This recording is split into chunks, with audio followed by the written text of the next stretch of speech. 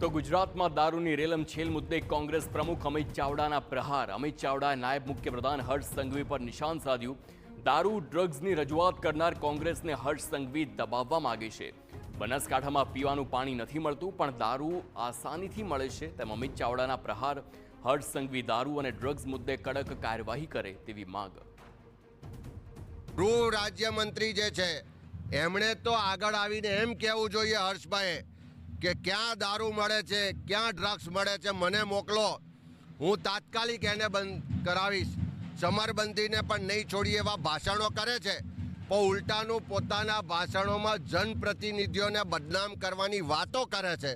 શરમ આવી જોઈએ એમને. જો ખરેખર એમનામાં નૈતિકતા હોય તો આ ગાંધીના ગુજરાતમાં દારૂબંધીનો કાયદો છે અને એ કાયદાનો ભંગ થતો હોય, ક્યાંય એક ટીપું પણ દારૂ વેચાતો હોય તો એની સામે એમણે પ્રોએક્ટિવ થઈને કાર્યવાહી કરવાની.